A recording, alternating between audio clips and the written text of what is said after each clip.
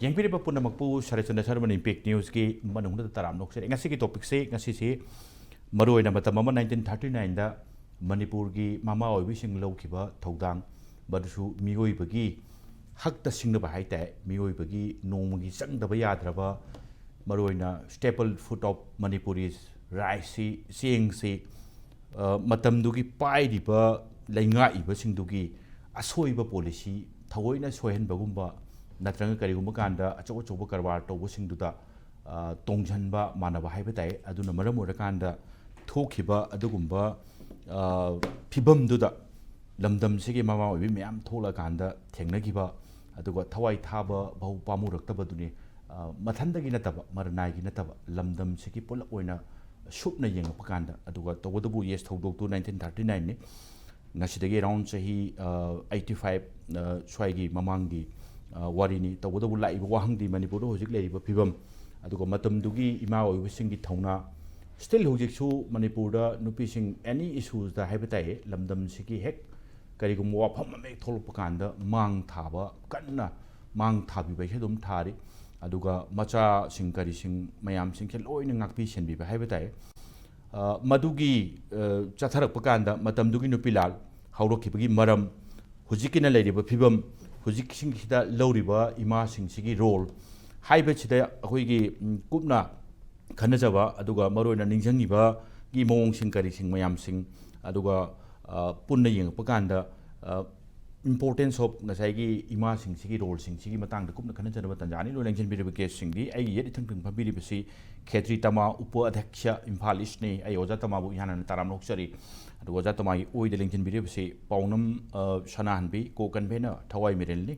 Ioza Sanan Views to the Ramnoxari, Aduga Aigi, Oi the Aigi Yatek, Tang Paminity Person, Lysham Bobby, Upa Adaksha, Impal West, Ayozabu Views to the Ramnoxari. Yan Hanbase, Tangchu Tangan later, Aduga Bobby, Hoyozabu, Dum Kumnaba, Dum Ngang, but the Karihatare, Matamatam Dugi issues in the Gata, Dum Ngang, but the Mission Towa. Aduga Karigumba Kanda Mayam Sudum Tanning by Madam Dean Kanda, Achumba, Sengbangang, Domale, Ozawi, Maroina, Nasigi Nupilal, Ningsing Taurongi, Karising, Udi Pangi, Aduga, Matam Siga, Matam Dugi Imasing, Lokibadol, Aduga Hozik Amu, Nasigi, Hek, Pong Sana, Teneriba, Manipuri, Shusing Shida, Mama, Visingi roll, and Sangdom Narapaganda, Yan and Bopokum Sekaman Tambingis. Some the Harabada, Ihan Hanbada, Aina Tamjaningiba, Haziki Pokum, see, take a shunate. Koi Mitei Lebak, Mitelebak, Manipurko, Manipur Haina Kangariba, Miteina, Sugumba, Manipur Shibukai, the Naba, Ninto Paling, Ediginushi, and Lane, Naba, Hidden Nintos in the Kanker, Toropodi Hona, Nasi Powder, Equikana Lebak, Manipur Shikai, the Naba, Dugaloinana, Masi, Jackson Nashina, the Nalai, Karina Hage, Jing, the Queen of Pangak Pai, as in Jing the Queen of Pangakpa. Aduguma sana lebak Manipur ne adubu akhoi na ningsing buyai ahan ba nupilan amasung ani suba nupilan hangkat na ngasidagi yengkhibada kari maram dagi thoino aduga karam haina Manipur gi chawra ba asugumba awaba taraba tangpham kya da nupi singjina kari haina lawkhige have role do mitai nupi singi haitare sengna harabada ahan ba nupilan gi da ai chamlama tamokhra ningsing jage ko hoi mayam na bodi loina thoido hendo na jai su mayam ngasi larik tamna ba ngaktanina anambana loi khangnare tawudabu aikoina ningsing ba yaba point kharada adugum laba ahan ba 1904 gi ahan ba nupilan ji British colonial na aikoi gi mitei nupa singje yamna torture tawbi ba otpi ba naibi ba numit nemphuni thabak subada numit tarani ji freely moina tauhanba adu moina otning ba ju otpa adugumba puning ba jaga da puba phubi ba chaibi ba tau yadraga na hekta makhadang ondana sumba mayam sidagi nupi singje Manipur da leiriba mitei nupi singjina haunaruba naidana nupi lising manga amuksi punjanare wakhan mana ba chungjanara kandadi aikhoi gi iwa ipuroiba loinana leiriba ichaisu punama ase aikhoi khunai chida sumaina dum British na otla sumaina tawraga he kaboda puninge puba somda British ki colonial haninge building construction tahoninge police ki barik nungdi ama masumba mayam se torture ji henmalak padagi yumda halaga na ayona heba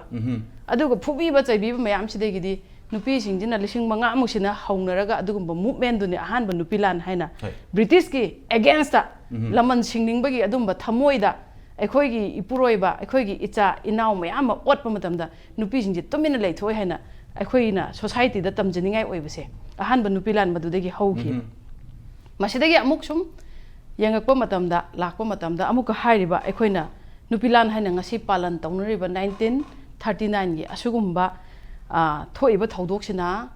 ꯕ꯭ꯔꯤꯇꯤꯁꯅ ꯑꯗꯨꯒꯨꯝꯂꯕ ꯃꯄꯥꯟꯗ ꯑꯗꯒꯤ ꯂꯩꯉꯥꯛꯁꯤꯅ ꯆꯨꯆꯥꯟ ꯃꯍꯥꯔꯥꯖꯀ ꯄꯥꯟꯕ ꯃꯇꯝ ꯂꯩꯗꯅꯀꯣ ꯑꯗꯒꯤ ꯑꯩꯈꯣꯏꯒꯤ ꯍꯧꯖꯤꯛ ꯃꯔꯨꯑꯣꯏꯅ ꯁꯝꯅ ꯍꯥꯏꯔꯕꯗ ꯁꯤꯗꯒꯤ ꯂꯥꯛꯄꯗꯨꯅ 1939ꯗ ꯑꯗꯨꯒꯨꯝꯕ ꯃꯅꯤꯄꯨꯔꯗ ꯑꯃꯨꯛꯀ ꯏꯅꯧ ꯅꯧꯅ ꯑꯩꯈꯣꯏꯗ ꯁꯥꯐꯨ ꯑꯃ ꯑꯃꯨꯛ ꯁꯨꯝ ꯄꯤꯔꯛꯄ ꯍꯥꯏꯇꯥꯔꯦ ꯅꯨꯄꯤꯁꯤꯡꯁꯦ ꯊꯥꯏꯅꯒꯤ ꯀꯩꯅꯣꯗꯨꯗ ꯑꯃꯨꯛꯀ ꯂꯥꯟꯁꯦ ꯊꯦꯡꯅꯅꯤꯡꯉꯛꯄꯩ ꯃꯑꯣꯡ ꯂꯥꯛꯏꯁꯦ ꯅꯨꯄꯤꯁꯤꯡꯒꯤ ꯃꯥꯒꯤ ꯊꯧꯅꯥ ꯍꯥꯏꯇꯥꯔꯦ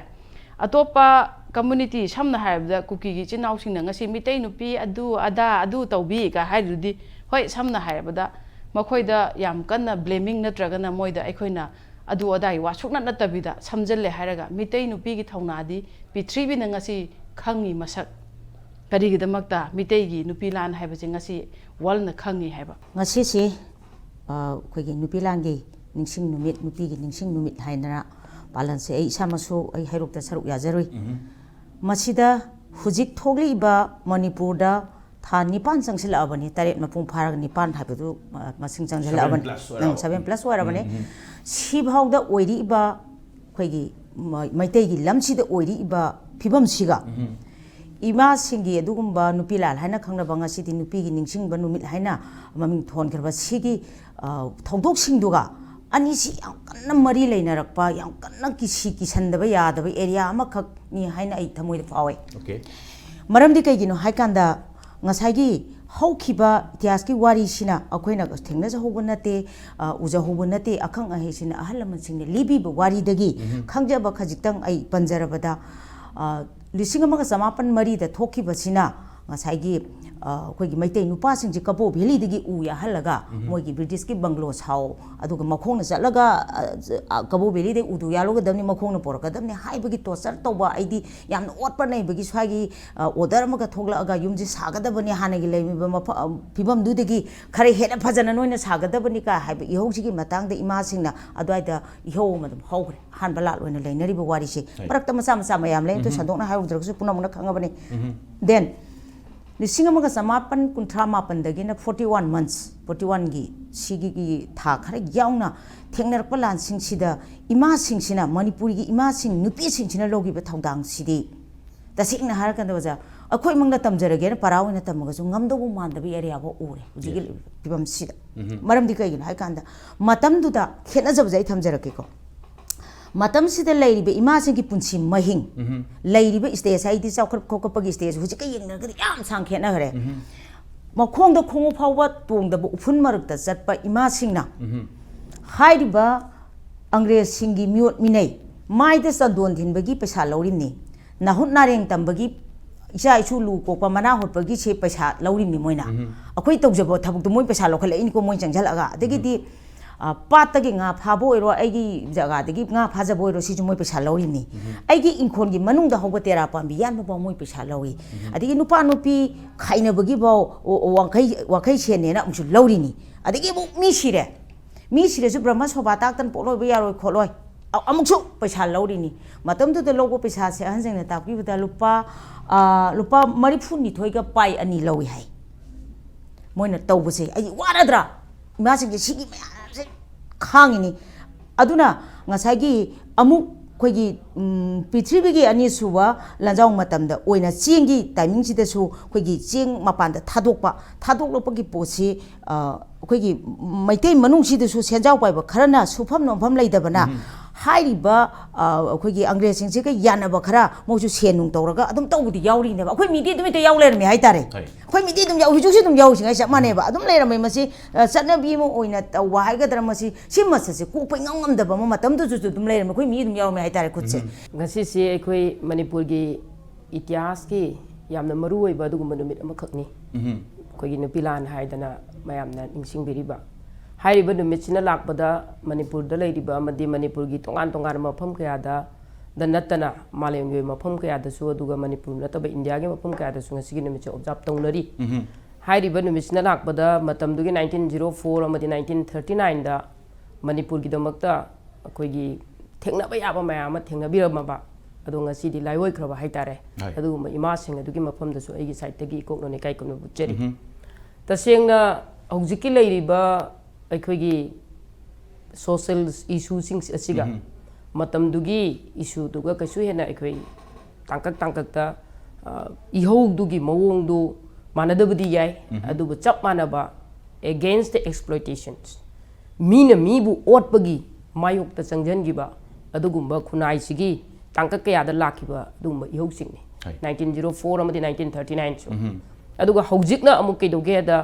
ngalingay matamdagi ngasidagi akhuna ningchangba thoktarba matamdagi akhoi manipur gi yamna lisang sitna yamna nakhai sengna leijaba adugum manipur gi dugumba 22,327 square kilometers se masigi manungda leiriba akhoi 34 tribes se masina sigi manungda leiriba praja singa sina akhoi machet india gi divided and rule policy gi makada asi judum haijaningi india gi divided and rule policy gi makada akhoi masel nungsina danaba tangkak kya da sum torok pase masi akhoi manipur da leiriba mapungoina maitei community sing si ngalingai matam dagi hona akhoi khangaga lai hujik sumadu akhoi khangi handaki ihosida akhoi punba mandaba gi mawong oina ubagi wani ground reality da ya pajana pulli yam pajana thoi pajana social movements da akhoi yam pajana akhoi yauri masi yaudi haiba yaroi aduga akhoi gi da akhoi masel gi marakta paudi faunaraga faunari ba paudu matam madana manipur gi nupila 1939 cha jananata irabot leramdraba adugi 1939 gi lan tawramoy jananata irabot kumba luchingba ama hantak kisde da leitriya hantak lan chida aduna akhoi punnaba maline akhoi punnaba malini pundi pulli bane kaigino hai matam da 1939 da jananata irabot na nupi sing chidai da yam phajaba directions mayam ama akhoi unitely pullo pundragadi na khoi thingnaba ngamoi debi gi saktam logdro na khoi na samnana punjalu khwangchet chetlu kokchet chetlu gaina mana phajaba ima gi puja da khangde ama da khangde angang ba firal da khangde mana nupi sing gi saitaraga iramba mayam sing da practical onthok na ba mana matam du gi 1939 da khonara mayam smain togdana handak ki chidai da choi ko gi ima sing chidai da yamna janeta irabot kumba yamna integrity laiba chetpa chaba masagi oijaba punamak थादोगा इरमदम Irai पाक सिदा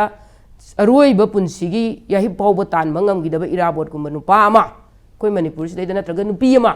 मणिपुर सिदा लेरमगदी हंदकी इहौसे मसिचु अखोइ कितंग लपना